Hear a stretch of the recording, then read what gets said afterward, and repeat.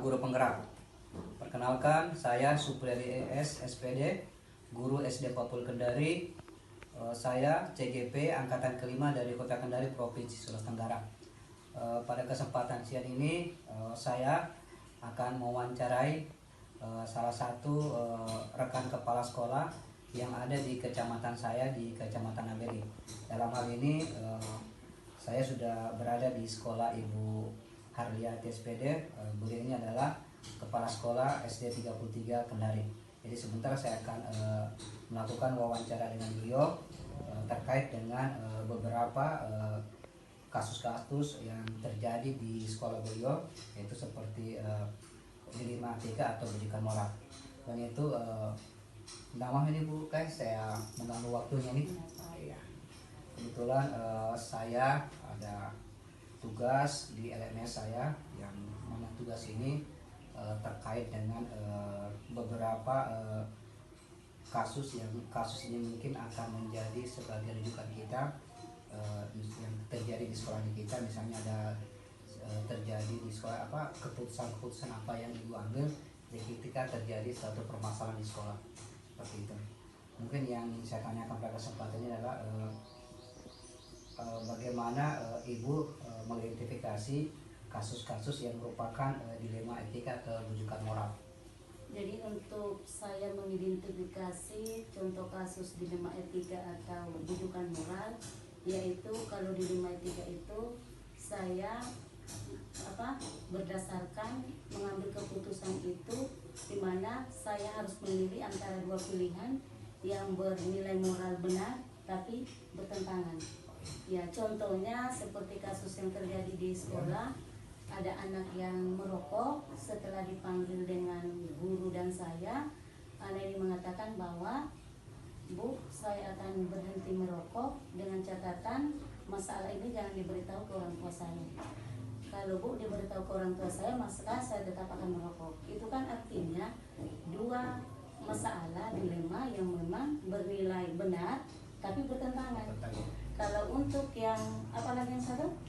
Rujukan moral artinya saya diperhadapkan pada satu situasi yang memang saya harus memilih satu keputusan yang benar atau salah.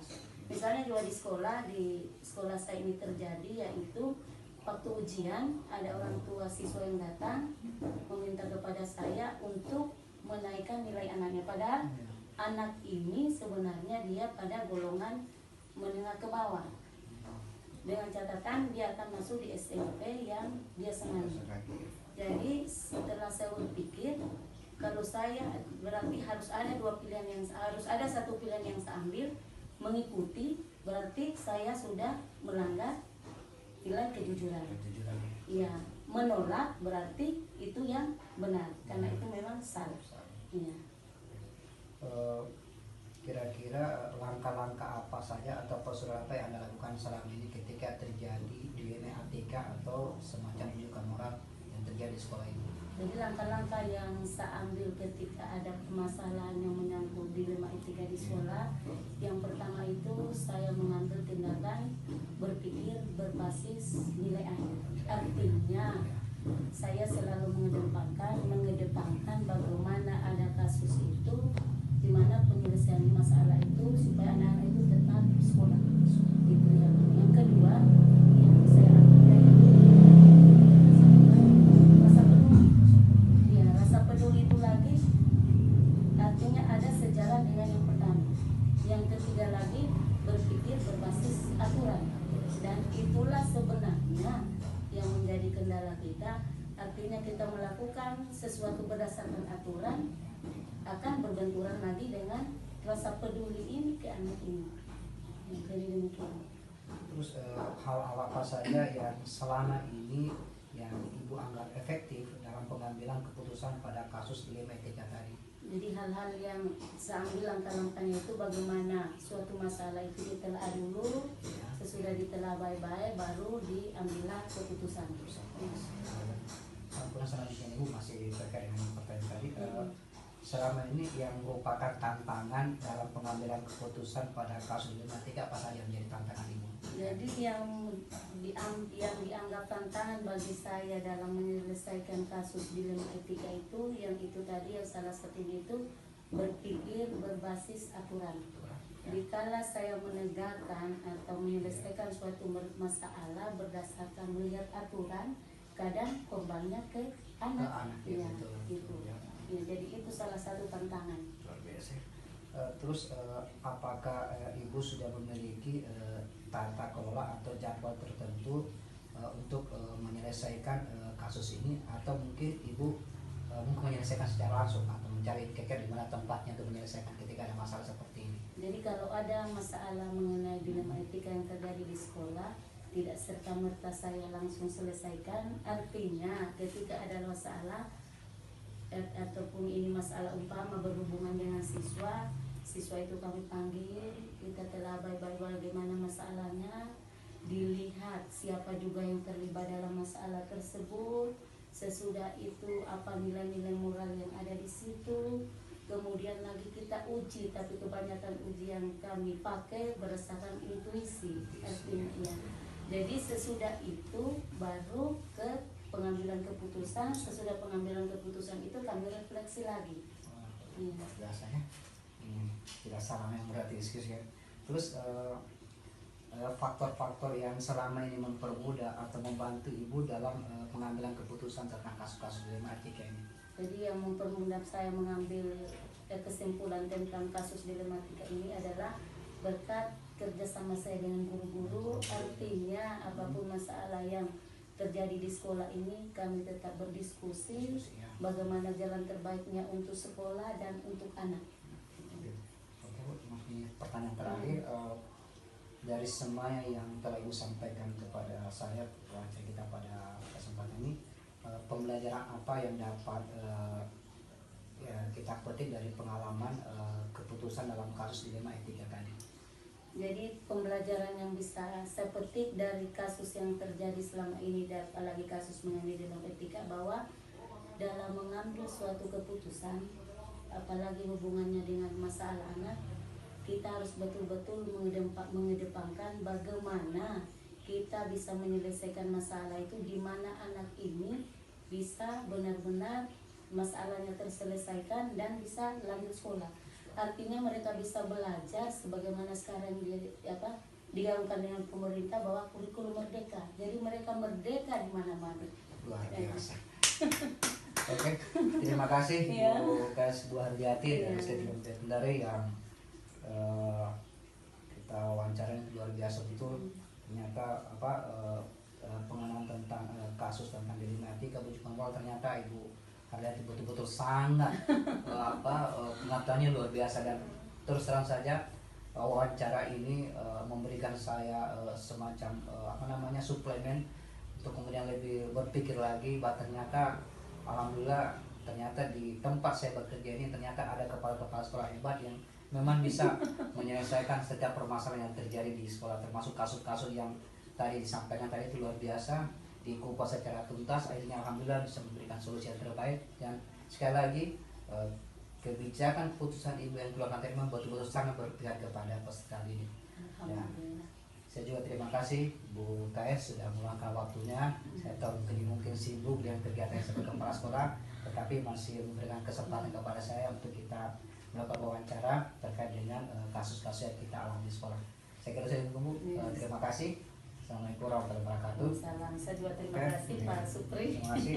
Oke, teman-teman semuanya, cara bergerak, alhamdulillah demikian tadi diskusi saya dengan Ibu Hardiati SPD. Beliau ini adalah kepala sekolah SD 33 Kendari, di mana tempat saya juga bertugas. Di sini kami sudah berdiskusi banyak terkait dengan kasus-kasus yang dia hadapi di sekolah beliau. Mudah-mudahan melalui diskusi ini bisa memberikan kita pengetahuan sehingga kita bisa menyelesaikan setiap ada permasalahan sekolah atau dilematika atau pendidikan moral, itu bisa kita selesaikan. Terima kasih, dan saya dengan billahi taufiq wal hidayah. Assalamualaikum warahmatullahi wabarakatuh. Salam guru penggerak. Assalamualaikum warahmatullahi wabarakatuh. Salam guru penggerak. Perkenalkan, nama saya Supriyadi S. SPD, asal sekolah SDN 40 Kendari, Provinsi Sulawesi Tenggara. Saya angkatan kelima dari calon guru penggerak. Pada kesempatan ini saya akan wawancarai Kepala SDN 102 Kendari, yaitu Ibu Fenty Anggreni Wulandari SPD MPD. Baiklah Bu KS, terkait dengan kepemimpinan Anda di SD 102 Kendari, saya ingin mewawancarai Ibu terkait dengan beberapa mungkin kasus-kasus yang mungkin pernah terjadi di SD 102 Kendari. Ada apa mungkin yang ingin saya tanyakan pada kesempatan ini? Yang pertama, bagaimana Anda mengidentifikasi kasus-kasus yang merupakan dilema etika atau bujukan moral? Kemudian bagaimana Anda menjalankan keputusan di sekolah Anda, terutama untuk kasus di mana ada dua kepentingan ya, yang sama benar atau sama mengandung nilai kebijakan. Kemudian langkah-langkah atau prosedur seperti apa yang Anda bisa lakukan. Kemudian apa saja yang selama ini yang Anda anggap efektif dalam pengambilan keputusan pada kasus yang terjadi di sekolah ini. Kemudian selanjutnya kira-kira apa tantangan ketika Ibu mengambil keputusan dari kasus yang dihadapi di sekolah Ibu. Kemudian selanjutnya bagaimana Ibu mengatur jadwal untuk menyelesaikan permasalahan yang terjadi di sekolah Ibu, terus bagaimana bentuknya seperti itu. Kemudian selanjutnya faktor-faktor yang selama ini mempermudah atau membantu Ibu dalam mengambil keputusan dalam kasus-kasus di etika. Kemudian yang terakhir, apa pembelajaran yang dapat kita petik dari beberapa kasus yang terjadi di sekolah Ibu. Saya kira tentu serta Ibu bisa membantu saya untuk menceritakan terkait keputusan-keputusan Ibu yang Ibu laksanakan ketika menghadapi kasus-kasus di media. Oke Bu guys, kira-kira di SD 102 Kendari ini kasus apa saja yang cukup menonjol yang selama ini Ibu hadapi di sekolah ini? Mungkin kasus yang bisa diangkat untuk di SD 102 Kendari ini terkait tentang pelaksanaan imunisasi yang biasa dilakukan pihak puskesmas. Saya dapati selama di sini orang tua siswa yang kurang mendukung adanya program-program imunisasi yang selalu diadakan pihak kesehatan.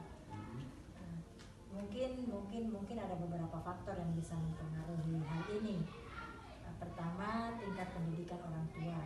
Karena tidak bisa dipungkiri, tingkat pendidikan orang tua untuk di wilayah ini 50% masih di bawah rata-rata. Sehingga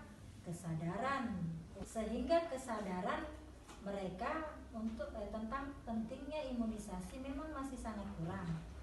Nah, untuk itu cara saya di sini kami adakan pendekatan door to door, dari pintu ke pintu, ke orang tua, karena kebetulan guru-guru di sini kan masyarakat di sini juga respon orang tua sangat positif dan mereka sudah lebih terbuka. Yang kelihatan hasilnya ada peningkatan yang tadinya kalau tahun-tahun sebelumnya itu mungkin sekitar 50% saja orang tua yang mau anaknya diimunisasi. Alhamdulillah untuk saat ini sudah mencapai 80%. Kalaupun 20%-nya itu biasa karena ada faktor kurang sehat atau memang sedang tidak berada di tempat.